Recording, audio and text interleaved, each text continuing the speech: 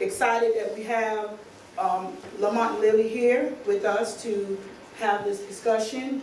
And anytime you come forth and you're able to put a voice in something, I know I'm humbled by the opportunity to share my thoughts with everyone. So let's get to it. Now, I don't know about you, but throughout time, I've been given advice. And the one advice just nags me so much that I want to discuss. And I actually had someone at the school tell my son and me, well, you know, when in Rome, do what? Do as the Romans do. Wow, that's amazing. So you've heard that too. That's the problem. It's time for us to now understand we're not all Romans. And not everybody is from Rome. In understanding that, if I was to send my child out with that advice, when in Rome, do as the Romans do, you will never get to know that my child is not a Roman or not from Rome. You're pretending. And when we stop pretending to be someone else, it welcomes diversity and acceptance. You're not in Rome, and not all of us are Roman, so cut that out. Be your best selves. Don't fake it. Be who you are. Be who God created you to be at its best. We all individuals have our own individuality, and it was for a purpose such as now. Until you fight against that advice and that concept, and you expect pomp and circumstance, it's nothing wrong with it, because guess what? They are Romans, and they should do what they do. And I applaud them for that. But everyone was not created to be a Roman and do as a Roman do. You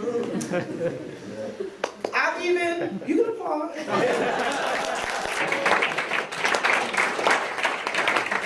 I did not stand here today and tell you we're against the Romans and the Rome. I didn't say that. I said they have the right to be their best selves, but also you have the right to be your best self. So let them do what they do, and it's time that we do what we do. But whatever you've been purposed to do, the beauty is in its uniqueness.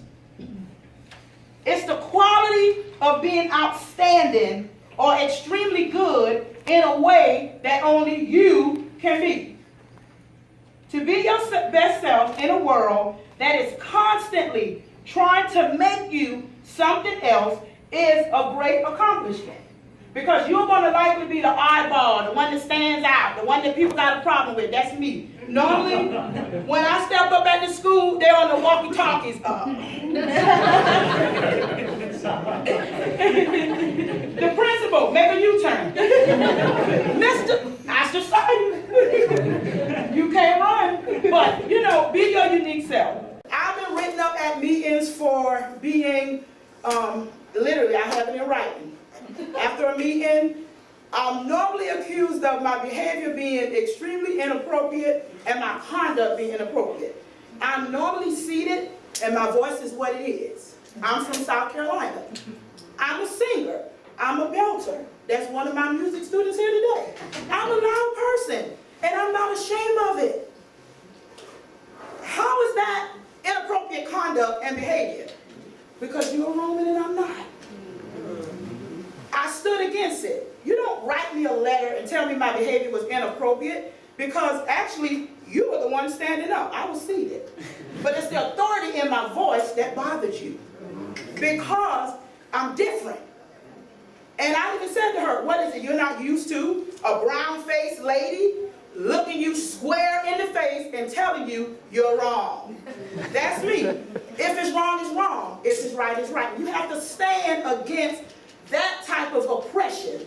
It's a psychological depression that starts with first believing in who you are and stop faking it just to make it. Lastly, when I talk with my children about a dream of living in peace,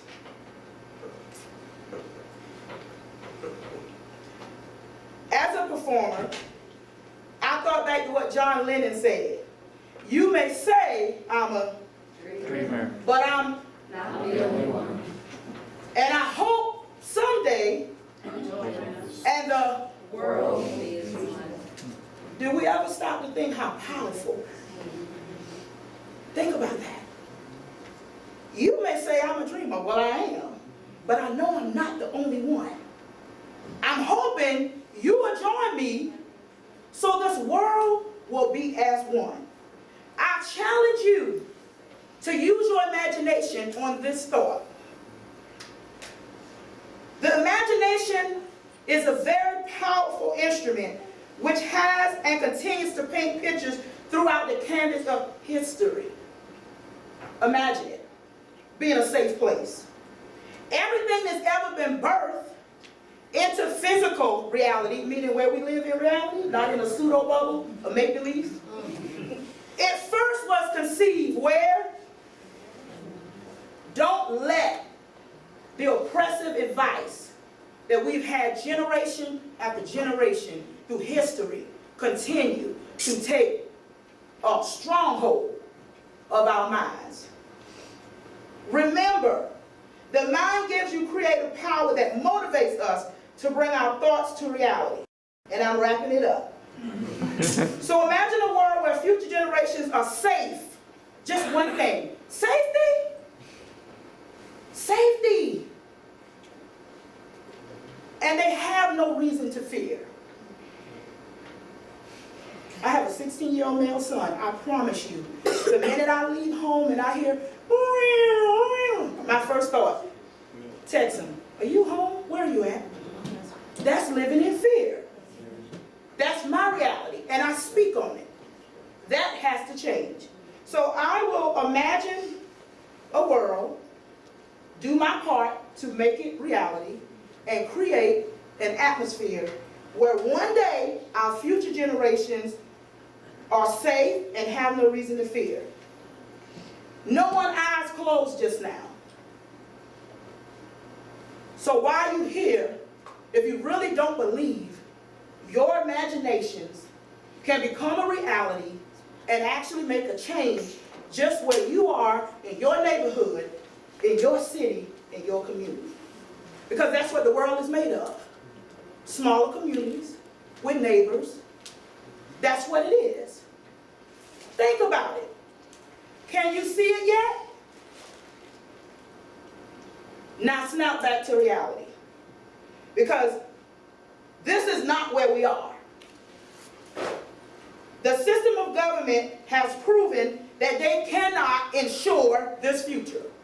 If we look at the resume, they can't ensure this. So what, are you going to keep living the norm? Are you going to keep doing the same things?